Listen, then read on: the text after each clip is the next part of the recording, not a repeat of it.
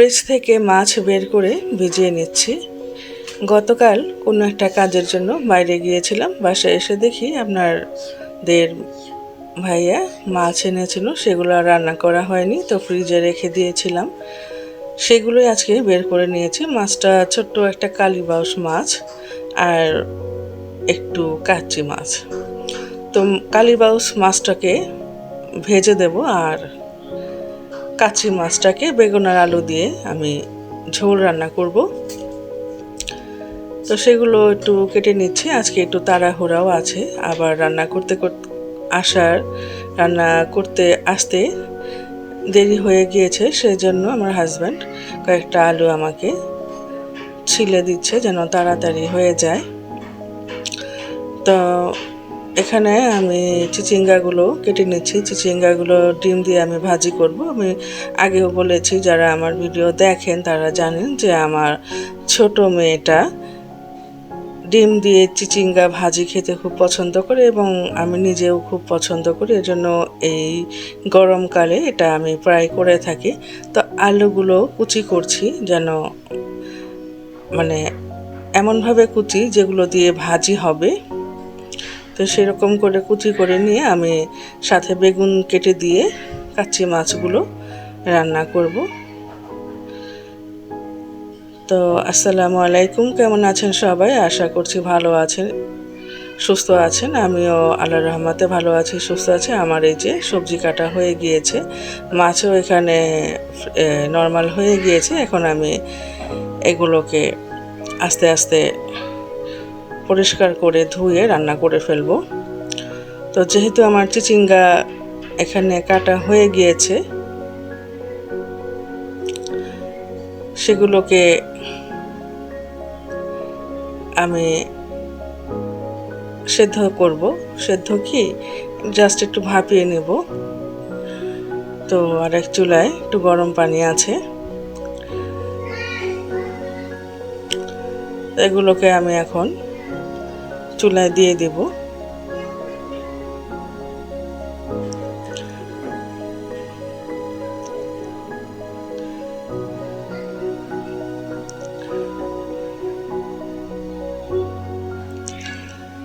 তো এখন আমি এটা ঢেকে দিলাম। মাছের আঁশটা ছাড়িয়ে নিচ্ছি। এটা আমার ছেলেকে আর মেয়েকে ভেজে দিব। মাছটা ছোটই ছিল, সেই জন্য আমি সিঙ্কের মধ্যে নিয়ে এটার আঁশ ছাড়াচ্ছি। আঁশটা ছাড়িয়ে নিয়ে আমি বাইরে যেয়ে মাছটা পিস করতে শুরু করলাম। এখন এখানে মাছের পাখনাগুলো কেটে নিচ্ছি, আর মাছের লেজটা আর মাথাটা আমি সুন্দরভাবে মাছ ভেজে, লেজের মাছ আর মাথার মাছটা ভেজে আমি রাতের বেলা ভর্তা করে খাবো। এখন আমি ওদেরকে শুধুমাত্র পিসগুলাকে ভেজে দিব। তো আমার ভিডিওটি যারা দেখছেন তারা একটা লাইক করে দেবেন, কমেন্ট করবেন, ভালো লেগে গেলে সাবস্ক্রাইব করবেন, শেয়ার করবেন, আর দয়া করে ভিডিওটা কেউ স্কিপ করে দেখবেন না। ভিডিও স্কিপ করে দেখলে কিন্তু খুব সমস্যা হয়, ভিডিও রিচ কমে যায়।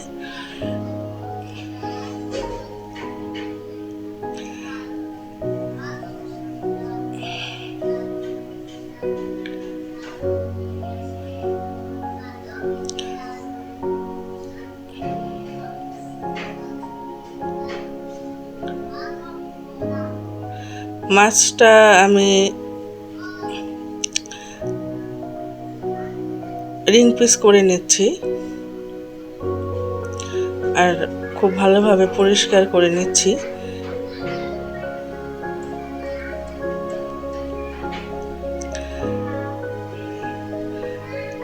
আর চুলায় তো আমি চিচিঙ্গা বসিয়ে রেখে এসেছি।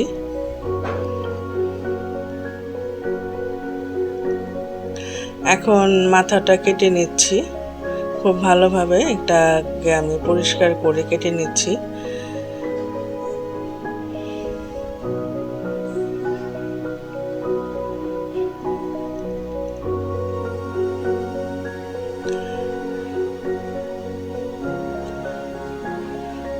ভেতরের সব কিছু আমি ভালোভাবে ফেলে দিচ্ছি।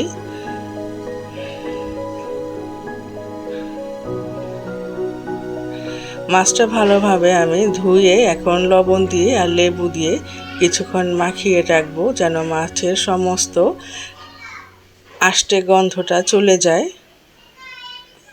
এখন ভালোভাবে হাত ধুয়ে নিচ্ছি। এখানে আমার চিচিঙ্গা ভাপানো হয়ে গিয়েছে, সেটাকে আমি ঝরিয়ে নিচ্ছি আর একটু ঠান্ডা পানি দিয়ে ভালোভাবে আমি এটা ধুয়ে নেব, যেন এটা কুকিং প্রসেসটা চলে যায়। আমি সব সময় খেয়াল রাখি এই চিচিঙ্গা ভাজি করার সময় এটার রঙটা ঠিক রাখার জন্য। এটার রঙটা যদি নষ্ট হয়ে যায় তাহলে আমার আর সেই চিচিঙ্গাটা খেতে ভালো লাগে না। এখানে এখন কড়াইতে আমি তেল দিয়ে দিচ্ছি, দিয়ে দিলাম পেঁয়াজ। পেঁয়াজটা আমি হালকা করে ভেজে নেব, রঙটা চেঞ্জ হবে না এমনভাবে ভেজে নেব। তো এখানে আমি চিচিঙ্গাগুলো দিয়ে দিলাম, লবণ আমি দিয়েছি পেঁয়াজের মধ্যেই। ভালোভাবে নেড়ে চেড়ে নিচ্ছি। কয়েকটা কাঁচামরিচ দিয়ে নিলাম। কাঁচামরিচগুলো আমি মাঝখানে ভেঙে দিয়েছি।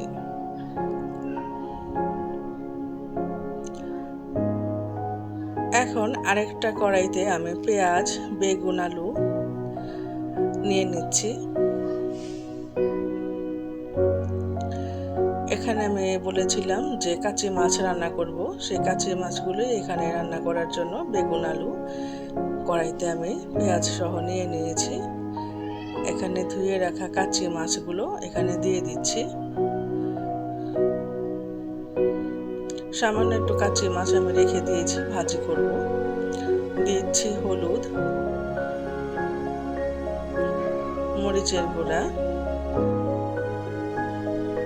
লবণ, সামান্য একটু ধনিয়ার গুঁড়া, তেল দিয়ে দিচ্ছি পরিমাণ মতো।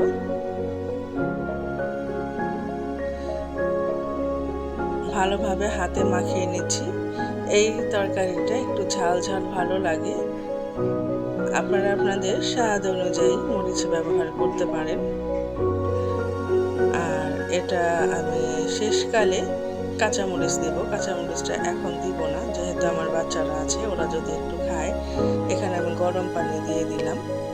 তো এখন আমি চুলাটা জ্বালিয়ে দিলাম, খুন্তি দিয়ে একটু ভালোভাবে নেড়ে চেড়ে দিচ্ছি, যেন পানিটা ঠিকভাবে সব সবজির মধ্যে মিশে যায়।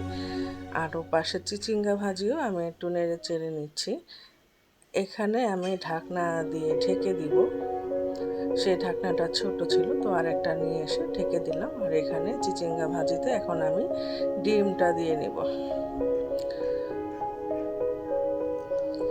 আমি এখানে 2টা ডিম নিয়েছি, কিন্তু মনে হচ্ছে যে 2টা লাগবে না, একটাতেই হয়ে যাবে।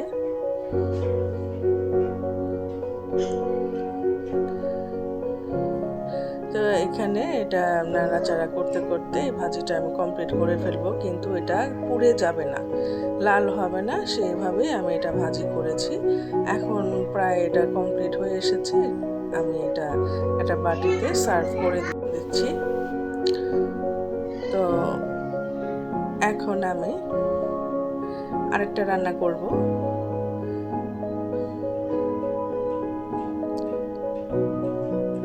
ফ্রাই প্যানে আমি তেল গরম হতে দিয়েছি, আর সেই যে মাছগুলো আমি লবণ আর লেবুর রস দিয়ে মাখিয়ে রেখেছিলাম, সেটাকে ভালোভাবে ধুয়ে পরিষ্কার করে নিচ্ছি। আমি সবসময় মাছ এভাবেই পরিষ্কার করি। তো আবার একটু এখানে লেবুর রস আর হলুদ মরিচের গুঁড়া, লবণ আর সর্ষের তেল দিয়ে ভালোভাবে মাছটা মাখিয়ে নেব।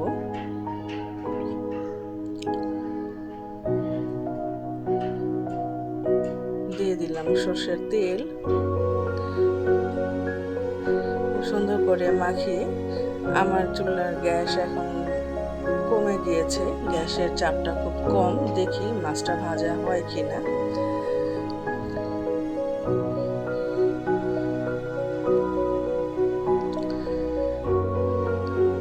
দেখতে পাচ্ছি যে এখানে আমার মাছ ভাজা কঠিন হয়ে যাচ্ছে। যদি সম্ভব না হয় তাহলে আমার আবার এগুলোকে নিচে দিতে হবে।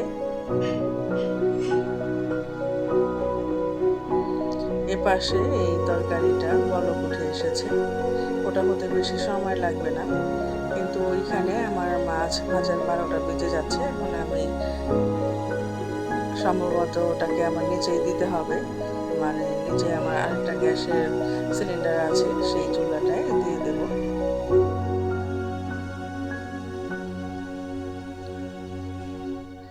আমি দেখি আগে এটা কি অবস্থা হয়, যদি সমস্যা হয় তাহলে আমার এটা নিচে দিতে হবে। তো দিয়ে দিলাম ওটা নিচে। আর তাহলে এখানে যে অল্প গ্যাস আছে, এখানে আমি কাঁচি মাছের ভাজিটা করে নেব। কাঁচি মাছের ভাজির জন্য আমি তেলের মধ্যে অল্প একটু পেঁয়াজ দিয়ে দিলাম, একটু লবণ দিয়ে দিচ্ছি, কয়েকটা কাঁচামরিচ আমি এখানে ফাটিয়ে দিয়ে দিলাম।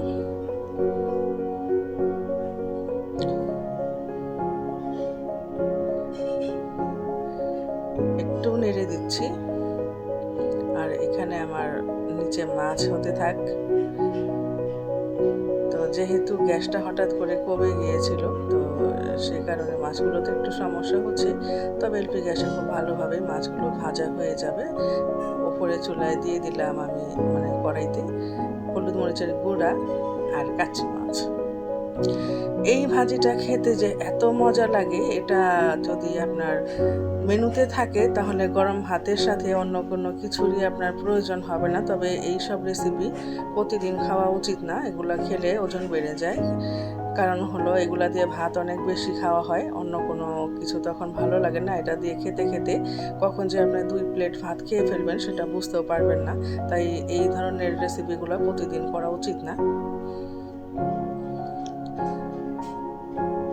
এটা হয়ে গিয়েছে, এটা আমি একটা বাটিতে সার্ভ করে দিচ্ছি।